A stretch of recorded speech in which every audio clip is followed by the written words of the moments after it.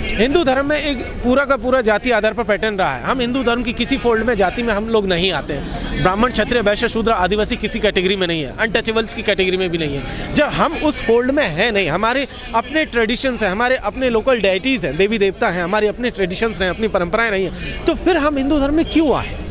हिंदू धर्म आप देखेंगे तो बहुत बाद की चीज़ है। चाहे आप इस्लाम को ले लीजिए, चाहे क्रिश्चियनिटी को ले लीजिए, आदिवासियों का अस्तित्व इनसे पहले से है। आदिवासियों के पास अपने देवी देवता हैं, आदिवासियों की अपनी लोक परंपराएं हैं, आदिवासियों की धराड़ी है, आदिवासियों को बहुत सारी चीज़ें हैं जो पहले से चली आ रही हैं। उसके लिए किसी दूसरे धर्म में जाने की ज़रूरत नहीं है। हम नहीं जाना चाहते, हमें जाना मंजूर भी नहीं है। और आप देखिए, संविधान सभा के भीतर जब बहस चल रही थी तब जयपाल सिंह मुंडा ने एक बात कही थी। उन्होंने कहा था कि इस देश में लोग हमारे लिए अलग अलग नाम इस्तेमाल करते हैं। कोई हमें जो है बर्बर कहता है, कोई हमें प्रिमिटिव कहता है, कोई हमें क्रिमिनल ट्राइब कहता है, लेकिन मुझे अपने लिए आदिवासी के अलावा कोई दूसरा शब्द मंजूर नहीं है। तो इसलिए जब हमारे पास हमारी एक पहचान है तो उस पहचान को छीनने की कोशिश क्यों हो रही है?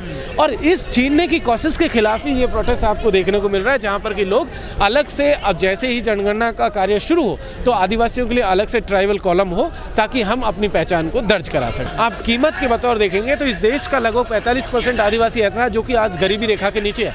86% आदिवासी ऐसा है जिसके पास ज़मीनें नहीं है, 0 से 2 एकड़ के बीच में है। और तो और देखिए, कल एक रिपोर्ट आकर के कहती है कि इस देश के आदिवासियों की अगर औसत आयु देखेंगे तो किसी भी सवर्ण व्यक्ति से एक आदिवासी पुरुष 7 साल कम जिंदा रहता। 7 साल।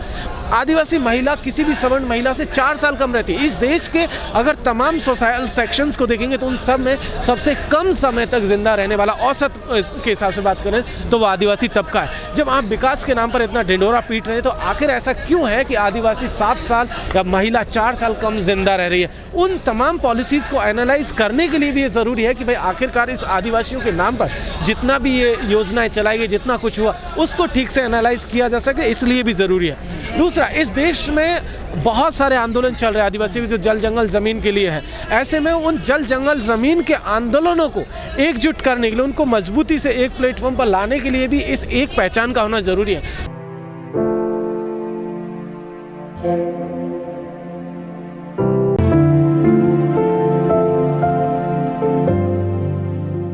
किसी व्यक्ति की एक पहचान है, आपकी एक पहचान है, मेरी एक पहचान है, इनकी एक पहचान है। तो आदिवासी एक पहचान है और वो पहचान कागज़ों में हम अगर देखें तो जनगणना में वो पहचान 1871 से लेकर के 1941 तक रही।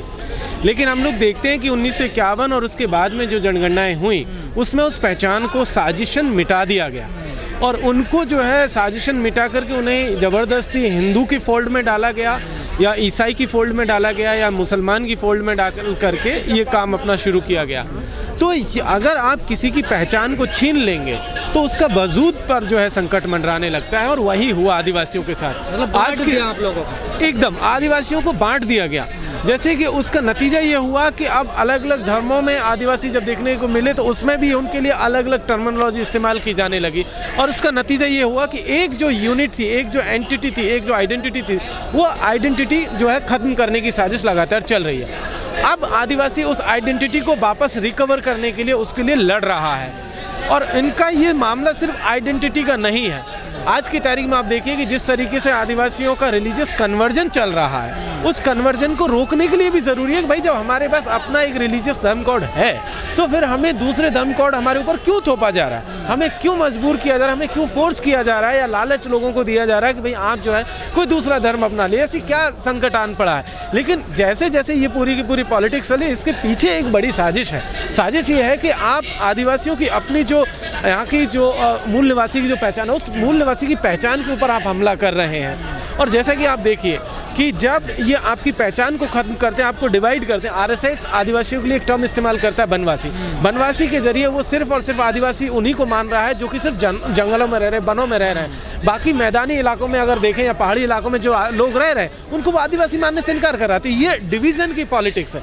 उस पॉलिटिक्स को नकारने के लिए, उस पॉलिटिक्स को ख़त्म करने के लिए ज़रूरी है कि हम अपनी पहचान को, अपनी जो आदिवासियत की जो पहचान है उसको असर्ट करें। उसके लिए ये ज़रूरी है। दूसरी चीज़ कि जब आदिवासियों के नाम पर इतने सारे ढिंढोरे पीटे जा रहे हैं, आदिवासियों को लगातार देश को कहा जा रहा है कि देश विकास के रास्ते पर बहुत सारा विकास कर लिया और उस विकास की कीमत लगातार आदिवासी चुका रहा है। नहीं, लोग जा रहे हैं, लोग जब आप उसको, जब सरकार जिस तरीके से उनको कैटेगराइज कर रही है, सरकार जब उनको फोर्स कर रही है, तो आपके पास कोई विकल्प नहीं। जब हम देखते हैं कि अदर्स का कॉलम भी रिलीजन की कैटेगरी से हटा दिया गया, तो एक जगह तो कहीं रखेंगे वो अपनी नंबर्स के लिए। तो इसीलिए वो ज़रूरी है कि हम अपने लिए अलग से धर्म कोड की जो मांग है उसको सरकार माने और हम अपनी आइडेंटिटी को असर्ट करें। बिल्कुल पहुंच रही है। आरएसएस की शाखाओं को पहुंचाने में तमाम सरकारों का योगदान रहा है, चाहे वो कांग्रेस की हो, चाहे बीजेपी की हो, चाहे रीजनल पार्टीज रही हो, सबका योगदान रहा है। और उसी की बदौलत ये रही उन्होंने जो टॉलरेंस का पॉलिसी। देखिए, आदिवासियों को हिंदू बनाने में ऐसा नहीं है कि सिर्फ आरएसएस लगा हुआ है, बाकी की जो और पार्टियों के लोग हैं वो भी लगे हुए हैं।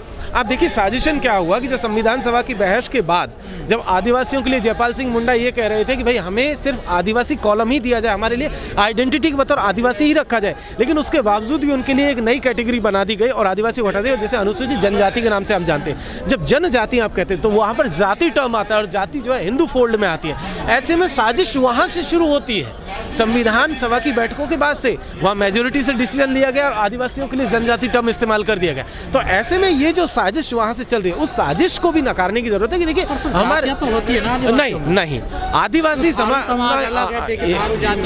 एक चीज आप जी बिल्कुल, आप एक चीज समझिए, आदिवासी समाज जो है कबीलाई परंपरा पर रहा है। जब आप कास्ट का स्टडी करते हैं तो कास्ट के स्टडी में आप पता चलेगा कि बहुत सारे समाज ऐसे हैं जो कबीलाई पैटर्न पर हैं और उनमें से आदिवासी ही है मेनली। अब उनके लिए आपने जो लिखने के सिलसिले में जब इसको डॉक्यूमेंटेशन का काम शुरू होता है तो कबीले की जगह आपने जाति टर्म इस्तेमाल, आपने देखा होगा सरकारी कागजों से कबीला टर्म हटा दिया गया, समूह टर्म हटा दिया गया, समुदाय टर्म हटा दिया गया, उसकी जगह जाति टर्म इस्तेमाल किया गया। ये कहाँ से आता है? ये आता है कि जो लोग सरकार में बैठे हुए लोग, जो लोग एडमिनिस्ट्रेशन में बैठे हुए वो उसी फोल्ड से आते हैं, उसी कैटेगरी से आते हैं। दैट्स वाई उन्होंने हमारा जो अपनी पहचान थी उसको हटाया गया। और जब कबीला और समूह समुदाय जब आप हटाते हैं और उसकी जगह जाति रखते हैं तो आपको देखने को मिला कि जब मुंडा आप टर्म इस्तेमाल करेंगे आप कहेंगे कि मुंडा जाति नहीं, वो कबीला है। ठीक है, ओराव के साथ देखेंगे, आप किसी भी समूह के साथ देख लीजिए, थारू के साथ देख लीजिए, मीणा के साथ, किसी के साथ भी देखेंगे, वो सब कबीलाई समूह है। लेकिन कागजों से उसका वो आइडेंटिटी खत्म कर दी गई और उसी आइडेंटिटी को असर्ट करने की पूरी की पूरी लड़ाई है। सर, जैसे आपने कहा कि जो जंगल में रहता है, जो वन में रहता है, अब लोग उसी आदिवासी मानते हैं। नहीं, ये एक बहुत गलत परंपरा है। आरएसएस के यहाँ से शुरू होती है। आरएसएस ने उन्हीं को आदिवासी माना जो कि जंगलों में रह रहे थे। एक चीज़ ये बताइए, दिल्ली के आसपास के हिस्सों में भी कई ट्राइबल समूह थे, अब जंगल आपने काट दिए तो इसका मतलब ये तो नहीं कि आदिवासी भी खत्म हो गए, ये तो नहीं है। आप देखिए कि आज़ादी के बाद बड़े पैमाने पर अर्बनाइजेशन हुआ। जमशेदपुर एक शहर है, लेकिन जमशेदपुर के आसपास के जंगल काट दिए, ऐसा नहीं है कि वहाँ से आदिवासी खत्म हो गया। तो शहर के बन जाने से, जंगल के कट जाने से आदिवासी खत्म नहीं होता। 2011 का माननीय सुप्रीम कोर्ट का एक जजमेंट है जिसमें जो जस्टिस काटजू की खंडपीठ ने एक जजमेंट दिया था। उन्होंने कहा था 5 अप्रैल 2011 का जजमेंट है, उसमें कहा गया था कि इस देश के ये जो 8% ट्राइबल्स हैं जिसको शेड्यूल्ड ट्राइब की कैटेगरी में रखा गया, यही इस देश के ओरिजिनल निवासी, यही इस देश के नेटिव्स हैं जो कि आर्यंस के इन्वेजन से पहले से एग्जिस्ट करते आ रहे हैं और उन्हीं के लिए आदिवासी है। अब ये समझना बहुत ज़रूरी है कि अगर हमारा सुप्रीम कोर्ट इस बात को मान रहा है, एक महाराष्ट्र का भी एक केस आता है जिसमें कि एक आदिवासी महिला के साथ, जो ट्राइबल महिला थी, उसके साथ अत्याचार होता है और गवर्नमेंट ऑफ महाराष्ट्र के अगेंस्ट वो उस केस को लड़ती है। उस केस में भी यही जजमेंट आता है, उसमें भी कहा जाता है कि ये लोग आदिवासी समूह और इनके साथ इनजस्टिस हो रहा है। तो इसीलिए जब हम लोग ये बात कर रहे हैं पूरी की पूरी, तो इसमें ज़रूरी है कि कौन लोग आदिवासी हैं, उसका जंगल से रिश्ता। भाई देखिए, लगातार जंगल कट रहे हैं। अभी हसदेव छत्तीसगढ़ के भीतर एक इलाका जहां 1,74,000 हेक्टेयर के जंगल को काटा जा रहा है। जंगल कट रहा है, इसका मतलब ये नहीं है कि वहां पर आदिवासी भी खत्म हो गए, उस इलाके में आदिवासी कोई नहीं बचेगा।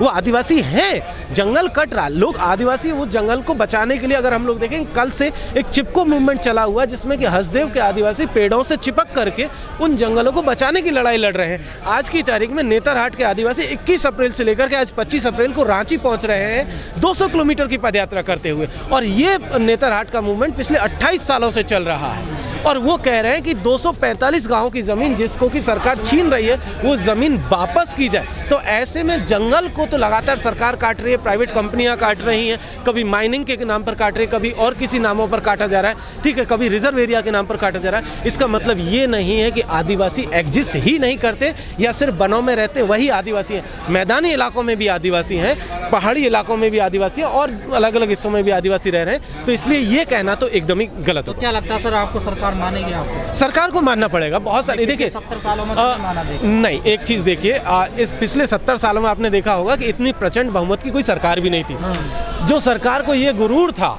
उस निज़ाम को ये गुरूर था कि उसको कोई हिला नहीं सकता है, और जिसने जो कह दिया वही कानून है। उसने संसद से जो है लॉ पास किए थे किसानों के खिलाफ, लेकिन उन्हीं किसानों ने इसी दिल्ली की सरहद पर बैठ करके उसी निज़ाम को घुटनों के बल ला दिया था, और वही बिल वापस हुए और वापस करते हुए भी उसको स्वीकार करना पड़ा।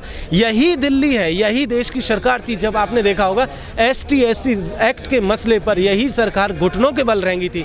यही सरकार थी प्रचंड बहुमत की, जिसने कि रोस्टर के आंदोलन में आपने देखा था कि वही उसने अपना रोल बैक लिया था सुप्रीम कोर्ट के जजमेंट के बावजूद भी। तो ऐसे में आदिवासियों की लड़ाई है, लंबी हो सकती है, लेकिन लड़ेंगे और जीतेंगे।